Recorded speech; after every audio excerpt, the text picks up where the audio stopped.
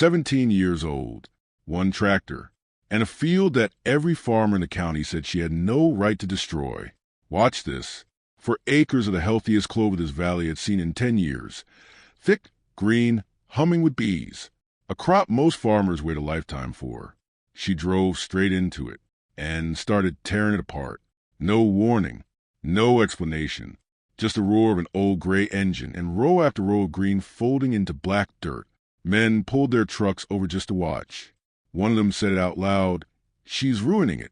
She's ruining the whole thing." Nobody stopped her. Nobody could. And here's what nobody in that village understood yet. The girl they were laughing at wasn't destroying that field. She was saving her grandfather's farm. And the proof was already buried 3 feet under soil, waiting for a drought that hadn't even started yet. Stick around, because this story gets stranger before it gets good. And if you're the kind of person who respects grit, land, and old-fashioned know-how, hit subscribe. British Countryside Stories is where these forgotten stories live. Now, let's go back 6 months to the day this all began. Under a sky the color of wet slate, Nora Fenwick sat high on her grandfather's old gray Ferguson, its engine coughing awake in the cold. Below her stretched 4 acres of the finest clover the Fenwick land had grown in a decade. Thick, dark green, still silver with dew. She lowered the plow. By the time the blades bit into the first row, a truck had already pulled up along the hedgerow. Then another. Men leaning on the gate, arms crossed, watching the girl turn under a field that should have fed 40 head of cattle through winter. "She's plowing it in," one of them muttered, like he didn't believe his own eyes. The whole bloody lot. An older man beside him, flat cap pulled low, said nothing. He just watched the clover fold under, row after row, his jaw working like a man chewing on something he didn't want to swallow. Nora didn't look up. She kept the old tractor crawling forward in slow, even lines, the green vanishing into black earth behind her, until what had been the best-looking field in the valley was nothing but bare, turned soil. What the whole village believed was the ruin of the Fenwick farm was about to become the reason it survived the winter. 6 months earlier, Nora stood in the doorway of a farmhouse kitchen that didn't feel like hers yet, holding a set of keys still warm from her grandfather's pocket. Tom Fenwick had died in late autumn, sudden and quiet. After 52 years working the same 140 acres his own father had cleared out of moorland with a horse and a mattock. Nora had spent every school holiday of her life trailing behind him through those fields, asking the kind of questions children ask, getting the kind of patient answers only a grandfather gives. When the solicitor read the will, the farm passed to her, not to her Uncle Graham, who'd farmed the next valley over for 30 years and made no secret of believing the land belonged with him. Graham came round 2 days after the funeral, cap in his hands, doing his best impression of gentle. "You don't have to carry this on your own, love. Let me take it off your hands. Fair price. Nobody in the village would think less of you for it. He left it to me," Nora said, "not to be sold." Graham didn't argue. He just nodded the way people nod when they've already decided you'll come round eventually, and left.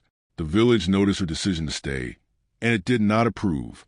At the market, at church, in the queue at the shop, she caught the same look everywhere. Pity wearing the mask of concern. The Fenwick ground had gone thin and tired over the years, worn down by decades of the same barley and turnips, and everyone assumed the girl would sell within a year, if the land didn't break her first. She moved into the farmhouse alone, fed the hens, mended the fencing where the wind had torn it loose, and in the evenings, she sat at her grandfather's kitchen table, missing him a way that sat in her chest like a stone.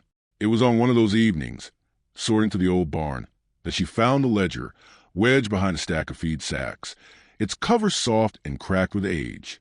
Inside, page after page of her grandfather's handwriting, weather, planting dates, small, private observations scratched out by lamplight, decades before she was born. She read by torchlight until her eyes ached. March the 3rd. Southfield failing again. 3rd season running. Something wrong beneath it that no bag of fertilizer will cure her. April the 11th. Spoke with old Ezra Coates before he passed. Swore by clover. Call it the crop that pays you back after it's gone. Further in, one line stopped her cold, underlined twice in pencil worn soft with age. Feed the ground before you ask the ground to feed you. She read it 3 times. She had no idea what it meant, but something in the way the pencil pressed into the page told her it mattered more than anything else in that ledger. Spring came, and with it, the question every neighbor seemed eager to ask her over the gate. What are you putting in this year? Then, the land had grown barley for as long as anyone in the village could remember. Everyone expected more of the same. Instead, Nora planted clover. Seed she found in a bin at the back of the barn, labeled in her grandfather's hand, trusted for no better reason than the ledger told her to. She spent long days behind the seed drill, the old tractor jolting over uneven ground, her arms aching by dusk in a way they never had before. The clover came up thick and fast, and by early summer it was the envy of the valley, dense green, humming with bees. Cars slowed on the lane just to look at it. For the first time since the funeral, something like pride settled into Nora's chest. Then, without a word of warning to anyone, she plowed the whole field under, and the laughing that followed was louder than anything the village had said about her yet. Yeah, rah, part 2, climax or emotional payoff Kusaf. The laughing didn't stop for weeks. At the co-op, she overheard 2 men she didn't even recognize, standing near the counter. Heard the Fenwick girl tore up a whole field of clover. For nothing, told you she wasn't ready. Tom's probably turning in his grave. Nora stood frozen by the seed display, her face burning, and left without buying what she came for. Graham called that evening. People are talking, Nora. Let me help you salvage this before you lose the whole farm over a mistake. It's not a mistake, she said, though her voice wavered more than she wanted it to. How do you know that? She didn't have an answer. She hung up and sat with the ledger open in front of her, searching for something, anything, that would prove him wrong. But the entries only raised more questions. What had her grandfather known that old Ezra Coates had known before him? Something the rest of the valley seemed to have forgotten entirely. Then the summer turned brutal. A drought settled over the county in July and refused to leave. Week after week of flat, merciless sky. The barley in the neighboring fields curled and yellowed. The stream at the bottom of Graham's land shrank to a muddy trickle. Nora started hauling water out to the hens by hand, watching them pant in the shade with their wings held out from their bodies. At the petrol station, a man she barely knew leaned against his truck and called out as she filled up, "Heard you're still holding on to that place. Shame, watching good land go to waste on a science project." He laughed, and the 2 men with him laughed along. Nora kept her eyes on the pump until it clicked off. Bills arrived that she didn't know how to pay. The land tax notice, a repair bill for the tractor's gearbox, a letter from the bank about a loan her grandfather had taken out years before that she never knew existed. She sat at the kitchen table one night, with all 3 spread in front of her, the numbers refusing to add up no matter how many times she reworked them. She put her head down on her arms and cried for the first time since the funeral. Not over any single bill, but because she was so tired of doing this alone, of guessing at a dead man's handwriting, of being laughed at for a decision she couldn't fully explain, even to herself. Graham's offer sat folded in the kitchen drawer. She thought about calling him, got as far as pulling up his number, her thumb hovering over the screen, moss knocking against the porch light outside.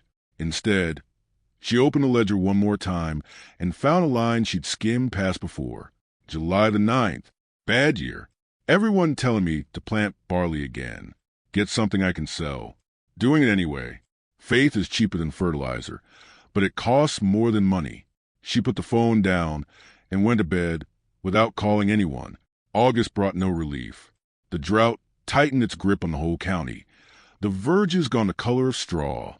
Nora walked her fields every morning before the heat became unbearable, half expecting to find the same cracked, lifeless ground as everywhere else.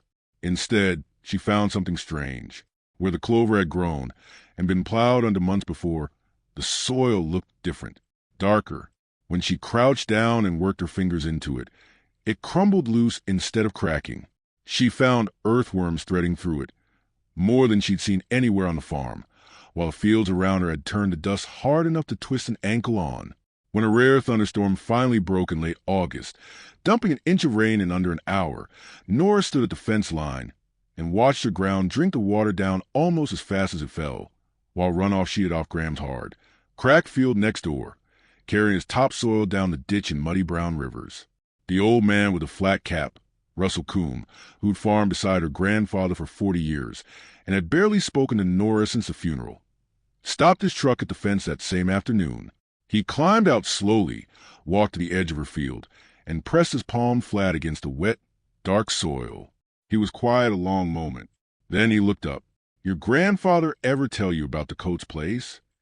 "No. Before your time. Ezra ran clover through his rotation for 30 years. Neighbors called him a fool, too." He stood, wiping his hand on his jeans. Man never lost a crop to drought in his life. He didn't say anything about being wrong. He didn't need to. Nora didn't fully understand what she was looking at yet. But standing there with the wet soil still on her hands, she understood enough to know it wasn't ruin. It was something else entirely. 2 days later, the bank's letter arrived. 60 days to bring the loan current, or they begin repossession proceedings. Nora read it at the mailbox with the heat pressing down on her shoulders. The number at the bottom bigger than anything she had. She almost called Graham that night. Sat with his number pulled up for nearly 10 minutes, until the county advisory office rang her back about soil samples she'd sent off weeks earlier. Nitrogen levels, organic matter percentages, numbers that had meant nothing to her before. And somewhere in that phone call, Nora found something steadier to hold on to than fear. She rang the bank the next morning instead, explained what she was doing and why, asked for time. They gave her 90 days, on a condition she showed proof of a planted crop by spring. It wasn't a guarantee, but it was enough.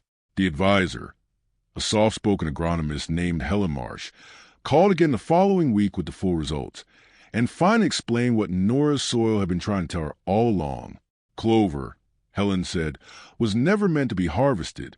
It was what farmers call a green manure, a cover crop grown not for what it produces above ground, but for what it does beneath it. While it grew, its roots had formed partnerships with bacteria in the soil, pulling nitrogen straight out of the air and locking it into a form future crops could use. Its dense root systems had pushed down through ground compacted by decades of the same barley and turnips, prying open channel for water and air to move through soil that had forgotten how to breathe. When Nora plowed that thick, healthy field under, she hadn't destroyed a crop at all. She had fed the ground directly, all that green material breaking down into the very thing that kept the earthworms and microorganisms alive. The real, invisible engine of a working farm. The soil hadn't just survived the drought. It had held on to water and structure in a way the exhausted fields around it simply couldn't anymore. Feed the ground before you ask the ground to feed you. Her grandfather hadn't written a riddle. He'd written an instruction, one he'd learned the hard way. Over 50 years of watching land give out under crops that only ever took. The following spring, Nora planted barley in that same field for the first time, dropping seed in the ground that felt different beneath her boots than it had a year before, softer, looser, alive in a way she could feel, without needing anyone to explain it. What came up that summer left even Russell Coombe standing at the fence a long while, shaking his head, in a different way than he had the year before. By harvest, the combine's yield monitor read numbers that made Nora climb down from cab and check the display twice. Nearly a third higher than Graham's field, right next door, on ground the county had written off as exhausted less than 2 years earlier. Graham drove over the week after harvest, not with an offer this time, with a question. How'd you get numbers like that on ground that tired? Nora told him about the clover, the ledger, Ezra Coates, and roots that did their real work where nobody could see them. He listened without interrupting, something he'd never once done before. By the following spring, he'd set aside 20 acres of his own land for clover, trading a season of visible profit for a season of invisible investment. That autumn evening, with the harvest in and the fields turning gold under a low October sun, Nora sat once more at her grandfather's kitchen table and turned to the last page of the ledger. A wise farmer never measures his wealth by this year's harvest, but by the life left in next year's soil. She closed it gently and looked out the window, at fields stretching toward the tree-line, dark and rich with a kind of life no one could see just by driving past. The laughing at the gate, the doubt, the year of holding on alone. None of it had ever really been about her. It had been about a village that had forgotten what her grandfather never let himself forget. If this story moved you, let us know in the comments where you're watching from. And if you believe old wisdom deserves to be remembered, subscribe to British Countryside Stories. We'll see you in the next one.